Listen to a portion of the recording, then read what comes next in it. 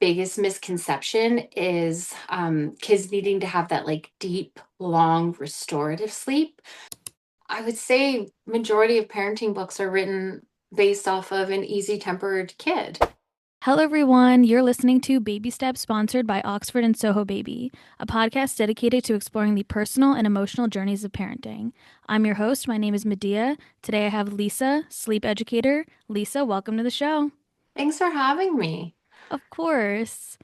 So today's exciting. We've never had a sleep educator before, so I have a lot of questions. Hopefully I have all the answers, but if I don't, I'll direct you in the right direction. Perfect. So to start, how much sleep do children actually need at different ages? So this is going to be completely dependent on the child. So depending on the child's nervous system or the temperament that they were born with, some kids will be super high sleep needs. So those are the kids that you see, the babies who have those big, long, beautiful naps, 3 naps a day, will go down for bed at like 7:30, wake up at 6:30, 7:30. And then you've got low sleep needs kids, and those kids usually have more active nervous systems. They just kind of take in their world a little bit differently than the average kid. And I find that they have lower sleep needs. So they'll be the kids that, will sleep 20 minutes at a time or only have like 1 hour long nap in the afternoon. And a lot of times they'll need later bedtimes just so that they can actually sleep until 6:30, 7 o'clock in the morning. So it'll completely depend on the child. Some newborns can sleep as much as like 15 to 18 hours, whereas some newborns will only sleep 10 to 12. So I think instead of measuring how much your baby needs, I always like to tell parents go by how your baby is when they're awake. Are they feeding really well? Are they interacting? Are they happy? Those are usually the signs that your baby's getting enough sleep versus, oh my goodness, they didn't sleep enough today because they didn't sleep X amount of hours. Okay, so it's totally different for every child. Every child. Wow, I didn't know that. I No? thought there was like a certain number that they're supposed to have, and if they don't, it's not right or it's not good. Exactly. And that's what most parents think going into having a new baby. And it's really misleading because they might get a child that has low sleep needs and then they are constantly fighting sleep, feeling like they're doing something wrong because their baby's not sleeping according to, the charts. And there's charts out there. Like there will be charts on the internet that'll tell you how much your baby should be sleeping. But I go by their mood and just how the baby is when they wake up. Although some babies do wake up grumpy, again, that's their temperament. So kind of how they ease into their wake window, and then I guess generally how well they're sleeping when they sleep, but it varies. I have one of each. I had one that slept 20 minutes at a time and still at 6 years old only needs like maybe 10 hours of sleep overnight to have a really great day. And then I've got one on the other end of the spectrum who is having those like hour and a half, 2 hours, sometimes 3 hour long naps. And he needs a good solid 12 to 13 hours overnight. So it all depends on the kid. Wow. Okay, that definitely calms some people's nerves who are listening right now. Why is sleep so critical for brain development in kids? Because the brain is a like growing organism. And in order for our brains to, create good memory and allow our bodies to restore and our brains to restore, we need rest. This is everyone across the board. But I think the biggest misconception is kids needing to have that like deep, long, restorative sleep. So when we have deep sleep, that's restoring our bodies. When we have REM sleep, so kind of in babies we call it active sleep, that's more brain development. So when looking at infant sleep, it's actually quite normal for babies to have, frequent wakes or to have more movement and less of that really solid deep sleep because that's the part of sleep that's restoring the brain. So you won't really see those long bouts of deep, deep sleep until kids get a little bit older and their bodies are moving more and their bodies are growing more. But it all has to do with growth and development. Like the brain needs rest in order for it to, take everything that it's learned in the day and make sense of it. And for the body to be able to, grow. It's a very essential part of all of our lives. As adults, we're not growing, but we do need to, hold on to, memories and be able to lower stress. And that's another thing is sleep lowers cortisol during the day. When we're not rested, our cortisol levels are higher. So um, it's just balancing hormones. There's so much that goes into it. You could have an entire podcast on the importance of sleep. Mm-hmm. Um, but I think my biggest message to parents is knowing that fragmented sleep is actually quite normal and common for babies and toddlers, versus really focusing on those like long, deep bouts of sleep that comes. I promise it does. Okay, so the lighter sleep is actually normal and necessary. Absolutely. So a Okay. newborn, for instance, when they're sleeping, there's some parents that will think that their newborn is awake, because they spend 70% of their sleep in that active state of sleep. So a lot of times, new parents are actually waking up their like newborns that are still in a state of rest. And this is where parents are like, my baby never sleeps and I don't know what's wrong with them. And it's like, you probably are waking them up because newborns will cry in the middle of sleep, they'll open their eyes, they move, they moan, they're noisy. And this is all that active sleep that's so necessary for that like crazy amount of brain development that happens in that first period of infancy. Because newborns technically should still be in the womb. We can't physically get them out. So they still need that 3 to 4 months to finish developing. So how do you know? So if your baby opens their eyes, how do you know if they're awake or if they're sleeping and opening their eyes in their sleep? So I have like the watch, wait, and see approach, which Okay. means just to watch, wait, and see what happens. A lot of times babies will stir and fall back into a deep state of sleep or into like a more restful state. So allowing that to happen before jumping on it. And the more you watch during the day, the easier it is to understand what's going on at night, knowing that like obviously you're going to wake up because we have this intricacy with our infants, but knowing that you might not have to go rescue them in the middle of the night, that they might just be moving between their sleep cycles. Okay, so you wait, watch, see, and then okay, that makes sense. Yeah. Interesting. I didn't know they open their eyes in their sleep. That's Well, crazy. they'll seem completely awake, but really they might need to just move into the next sleep cycle and into the next state of their sleep. Like when a baby is awake, they are awake. Their eyes are wide open and they're rooting and they're looking for us and they're like continuously making noises or crying or making a sound for us to come and get them.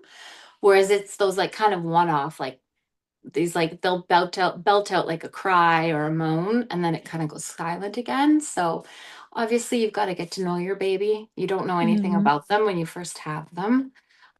So that's the most, like, it's daunting part is you're really just getting to know this person for the first time. And that's why I say watch, wait, and see until you know that your baby, because some babies are more active than others, some babies are more noisy than others. Again, every kid is so different. That's interesting.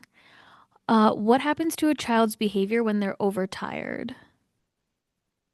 So again, I know this is going to be like the constant, the continuous theme of this conversation, but every child is so different Hmm. temperamentally. Um, I find with, say, like kids that are more energetic or just have like that higher sensitive nervous system where like the gears are always going while they're awake, they tend to overtire and get quite kind of chaotic, I guess you would say. And you'll notice it more in toddlerhood as things go on, like they get clumsy and they just get like super whiny and it's just chaos. It feels like chaos. Whereas other kids will get really whiny and cryy and just like some kids are easier to read than the other because it's a switch that flips so quickly. And for some kids, there's telltale signs. Like some parents know when their child is tired, they're a little bit lethargic and they're not really interested in much anymore. And they just have that like little red eyes and little red eyebrows. And you know that they're going to be heading into overtired. So you get them down. Whereas other kids, they don't show those signs because they're so energetic and just have so much going on. So it really depends on the kid. Like again, I have one of each. So my youngest, he gets super whiny. Like, oh my goodness. He's just like this, like whines and cries and complains about everything. Like putting a cap on a pencil, he's crying. Whereas my oldest gets chaotic. Like he almost moves faster and talks faster. And he's just like this tornado. Like I call him my Tasmanian devil. He's this whirlwind and he like just blows everything up, but he's still completely cognitive and like able to do things. So it's really dependent again on the child. And you learn that in the first year of, getting to know your kid, of what they look like before they're going to head into that state of overtired. Okay, And for so some, again, it depends. it totally depends on the kid. Wow. So as you get to know your child, you'll figure out, oh, they do this when they're overtired. They do this, and then you'll become in tune with them. Absolutely. And that's why I'm such a firm believer in supporting sleep in that first year, because contact naps are so good for understanding your kids' sleep cycles. Contact naps are great for allowing your child to just naturally fall asleep when they're tired. Because a lot of times, I think the most common sign for all kids that are tired, like babies more so than toddlers and children, is they want to get picked up. It's almost like they want to be close to you and they want you to connect with them when they get to that state of tired. So I find a lot of times with parents and with my own kids, when the play stops and all of a sudden they're like, "Can you pick me up?" or they're reaching for you or they're super whiny and they just want to connect, it's because they're tired and they probably most likely want to fall asleep. So that's why I love contact naps in the first year, because you can pick them up and you can snuggle them and they'll fall asleep on you naturally. And then you can kind of look at the clock and be like, oh, that was 2.5 hours and they were tired, instead of, following these regimented wake windows and all of that stuff. Okay, that's very interesting. How does screen time affect children's sleep?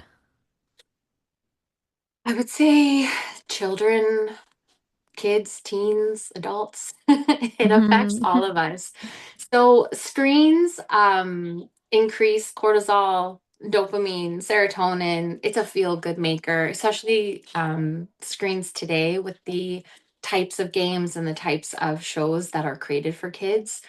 They're very fast paced. There's a lot going on. There's a lot of colors. So you get this like rush of dopamine and you get this hit of cortisol, and what happens is when the screen turns off, that dopamine surge and that cortisol is still going for 20 to 30 minutes after the screen is turned off, which is a lot of times why we get such a big meltdown when the screen gets taken away.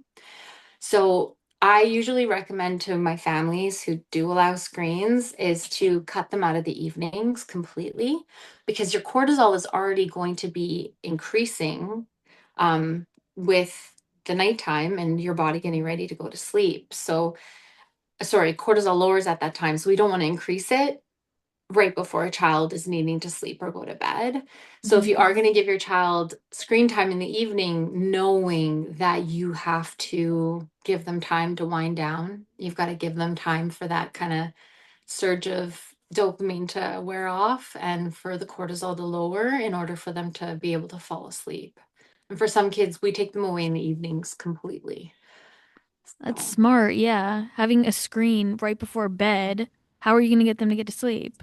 Well, It, it's the same for us as adults. Like when I work with yeah. moms who are having trouble sleeping after they have their babies, it's one of the things I recommend. I'm like, quit doom scrolling, get off of your screen and give yourself at least a half an hour to an hour before you want to fall asleep, to get rid of that, that blue screen in front of your face. And it's part of sleep hygiene. So kind of Hmm. like all the different things that we can do to help us have a better sleep. It's one Hmm. of the things I take away. Yeah, it affects everyone. It's very scary, but yeah. What are the biggest misconceptions parents have about kids and sleep? Guess that it's supposed to be a process or have a specific timeline for when sleep changes or when sleep gets better, that it's linear, that it, just gets better with time. It's not. Sleep goes like this. for the first 6 to 7 years. And that babies can be trained how to sleep. I think that's the biggest misconception. I had it when I first had my kids, and sleep training not working for my oldest is what drove me to go back to school, because I was like, if this teaches something, shouldn't it be like a broad thing that it can every kid needs to be taught how to sleep, and why is this not working? And so I learned that it's more of a behavioral thing when it comes to sleep training than it is actually training someone how to sleep. We all know how to inherently sleep when we come out of the womb. We slept in the womb, no problem. Mm. So I think that's probably the biggest misconception, is that we have to train a child how to do it, or else they won't be a good sleeper. And that it's this big linear process that, as they get older, it should just miraculously get better and better and better, and that they should, be able to go down by themselves at a certain age and sleep through the night by a certain age. And it's just not like that. It's such a non-linear process, and it changes throughout the first, 6 to 7 years of their lives. Like it's not like, oh, they hit 1 years old and all of a sudden it's supposed to be magically, the best. And for some kids it is. Like, you've got a good small portion of the population who have easygoing temperaments that just have high sleep needs, and those are the kids that make it all look easy, and it makes the rest of the parents feel like they're doing something wrong. So Hmm. yeah, I'd say there's a few misconceptions, but that's probably the biggest one, is that it's something you need to train and teach, and that it's a process that is linear. Yeah, I've always heard that. Oh, at some point it gets better, it gets better with time. And if everyone's saying that and it's not true, it's like, I guess it's just to make people feel better. Do you think that's why people say it? Well, I think for some parents it does, and I would say majority of parenting books are written based off of an easy-tempered kid. So if you have an easy-tempered kid and you're following these instructions from a book, it's most likely going to work for you, because that's who it's written for. Um, I wish there was more education around the fact that it is different for everybody, and that everybody's parenting journey is going to look different. And it's funny, I go train at a gym, and there was a woman in there who's probably in her late 60s. And she was just talking about her sleep and how she's never been a good sleeper, and that her mom told her that she was a poor sleeper as a baby. She said she struggled with sleep through her entire like childhood, teen years, and even now as like a 60, I think she was like 66 or 67-year-old woman, she still has difficulty sleeping. So, and I Wow. don't think it's because her parents didn't train her how to sleep. Yeah. I don't think that's it. Yeah. Um, I think you get given the nervous system that you are given at birth. And for some of us, sleep comes easy, and for some of us, it doesn't. So understanding that and knowing that is important. We have a visitor, but he can't come on the screen. Can you go back to Papa? No. Wants You to be on can't the make a guest. podcast. Yeah, you can't make a guest appearance today, Bubba's. Final question. What's your advice for parents listening right now? Oh my goodness. Um, oh, there's so much I would tell a new parent. That it's not supposed to be easy, and that nothing in parenting is a quick fix. That there's going to be a million strategies out there that are available to you, and that n- not one thing is going to be the thing that works for you as a family. You're most likely going to have to try various things and do various things, but at the end of the day, you are your child's best bet. You know your child the best out of anybody. And using your instincts and following like what feels best for you and your family is more important than any advice anybody could ever give you, including me. You've got to find what works for you and your family. And when it comes to sleep, to not stress and get the support that you need. Because I think too many of us, we don't have enough support. Hmm. No. Yeah, come on. Sorry, I'm very distracted right now. That's okay. Okay. There we go. Bye. Sorry. That's all right. Okay. Yeah, but for parents with it comes to sleep, if you have a new baby, is to seek support. If you don't have family, you've got to create your own village, meaning you've got to, find people that can help you through it because it was never meant to do alone. And Mm-hmm. there's going to be times when sleep is hard and you're going to need support. You're going to need somebody to be there when, you're tired during the day or to help you with the nights, whatever that looks like for you as your family.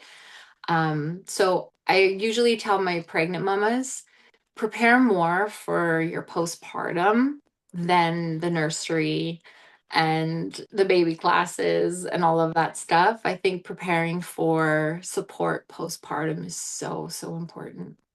Yeah, it does take a village. You can't do it by yourself, and it's okay to ask for help. Yeah, completely. And so many people don't have a village. Like things are not the same. We don't live in these communities where we have, grandparents and aunts and uncles down the way. It's just not realistic. And a lot of people are living abroad or whatever their lives look like. So there's no shame in, hiring a postpartum doula. Best thing I ever did. I saved for it the year before my son was born so that I had the money in my account to pay for the support I needed because I didn't have a village. Mm-hmm. And there's no shame in having somebody help you with your baby. Like by the time I had my second, because she had been with my first, I trusted her and I had her help me with overnights to just help my milk supply because you need to sleep to have your milk Mm-hmm. supply, be better. So I would have her like wheel him out of the room at night and she would attend to his feeds and she would come in and bring me my pump parts and I'd pump half asleep. She'd take them, wash everything, put it in the fridge. But there's just no shame in having somebody help you. Places like the UK, mummy's helpers are, it's almost unheard of if you don't have somebody helping you. So I think it's just really important for parents to understand that you don't need to do it all on your own and it doesn't make you a superhero to be the mom that is constantly self-sacrificing her well-being to take care of a baby by herself. Yeah, that was very well said. That's all we have for today. Lisa, thank you so much for coming on. Thank you for Listeners, asking me. of course. Listeners, thank you for tuning in. You've been listening to Baby Steps, sponsored by Oxford and Soho Baby. Have a great rest of your day, everyone. You've been listening to Baby Steps, sponsored by Oxford and Soho Baby. If you're in the market for a new crib, glider, dresser, or more, we'd love for you to check out our line of furniture. Head over to oxfordbabyandkids.com or sohobaby.com. All links are within the show notes. For more information as a listener, enter the code PODCAST10 for 10% off your total purchase, plus free shipping on all orders over $799. Thanks for listening and tune into our next episode. Bye for now, and remember, every step is a step towards progress. We hope today's story gives you the confidence and the assurance that every journey is different,